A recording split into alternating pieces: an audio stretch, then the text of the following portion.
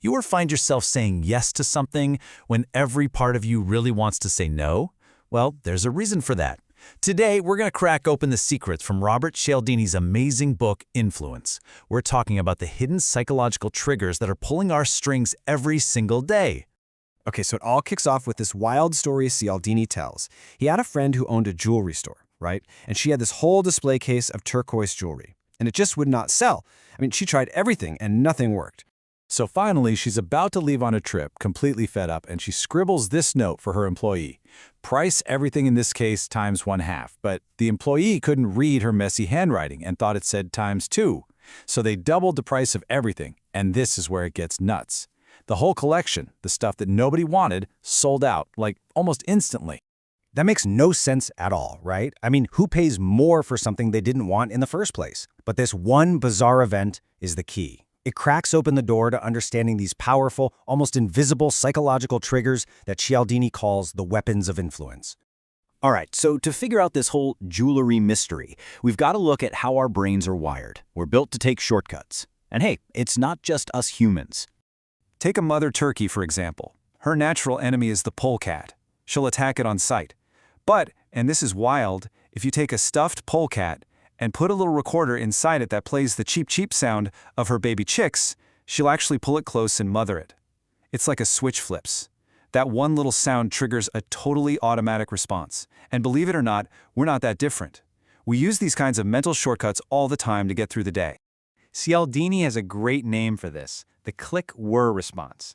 Think of it like an old tape recorder. The cheep cheep sound is the click, like someone pressing the play button. And whir, out comes the pre-recorded behavior. We've all got these tapes in our heads, just waiting for the right trigger.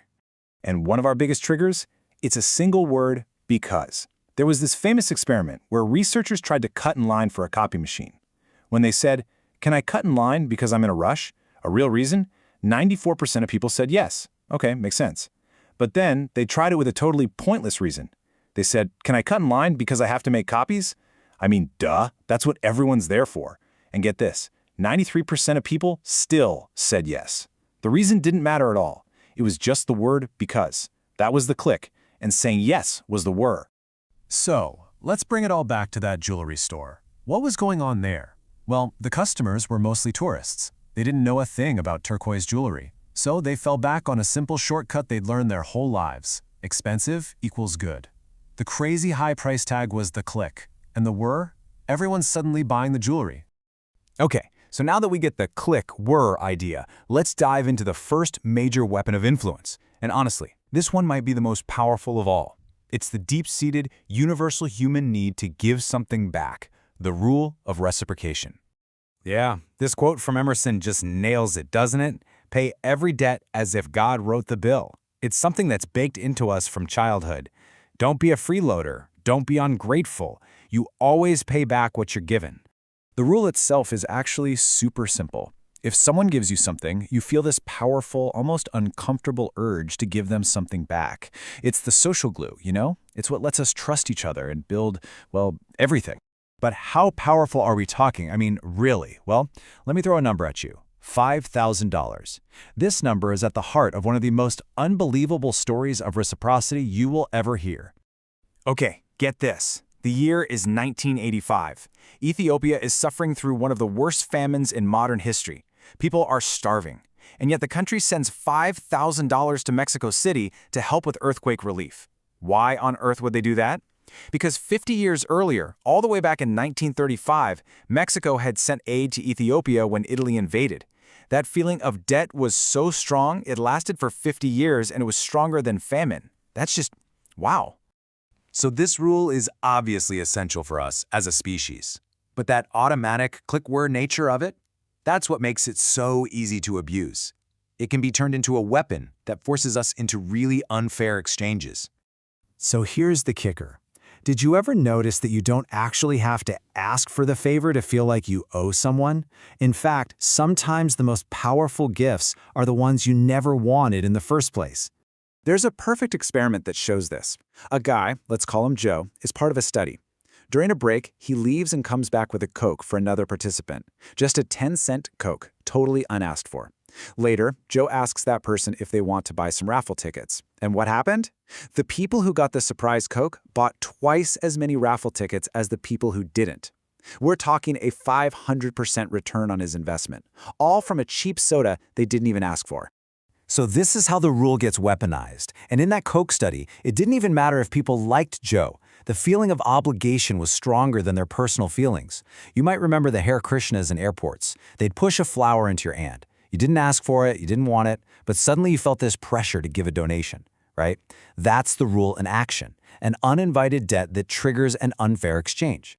All right, but it gets even sneakier. There's a more advanced version of this, a technique Cialdini calls rejection then retreat. This one works not by exchanging gifts, but by exchanging concessions. So here's the setup. Cialdini himself tells this great story. A Boy Scout comes up to him and asks if he wants to buy tickets to their annual circus for $5 apiece. Cialdini says no. Then the scout immediately says, well, if you don't want to buy any tickets, how about buying one of our big chocolate bars? They're only $1. And Cialdini buys 2 of them, even though he doesn't even like chocolate. So what happened? When the boy went from the big request to the small one, it felt like he was making a concession. And that triggered an automatic response in Cialdini to make a concession of his own by saying yes to the chocolate. And this isn't just for selling chocolate bars. This works at the highest, most insane levels. Think about the Watergate break-in. It was a monumentally stupid plan. But here's the thing. It was only approved after the guy in charge, G. Gordon Liddy, had 2 crazier plans rejected. First, he proposed a $1 million plan that involved kidnapping squads and yachts with call girls. They said no. Then, he proposed a $500,000 plan. Still no. Finally, he proposed the simple $250,000 break-in. By comparison, it looked almost sensible. They retreated, he retreated, and we all know how that ended. Okay, wow. So after hearing all that, it kind of feels like we're just puppets, right? But we're not. There is a way to defend against this. The trick isn't to just become a hermit who rejects everything. The key is to learn how to spot when these rules are being used as weapons. And the defense is actually just a simple mental shift. It's a reframing. You just have to pause and ask yourself, is this a real favor or is it a compliance tactic? If your neighbor brings you cookies, that's a genuine favor. Accept it, enjoy it, and bring them something back later. But if a salesperson gives you an unsolicited gift, you can mentally redefine it. It's not a gift, it's a sales tool. And this is the most important part. The rule of reciprocation says we should meet favors with favors. It says nothing about meeting tricks with favors. The moment you see that gift for what it is, a sales tactic, the feeling of obligation just melts away. You're totally free to say no or even to just take the gift and walk away without feeling a shred of guilt. And, this whole idea of reciprocation, it's just the first of 6 of these massive weapons of influence that Cialdini breaks down. So now that you know how this one works, the real question is, where are you going to see it tomorrow? Keep your eyes peeled. Watch for the free samples, the unexpected favors from strangers, the huge requests that are quickly followed by smaller ones. You'll start seeing it everywhere, used for good and not so good. And it's kind of amazing once you know what to look for.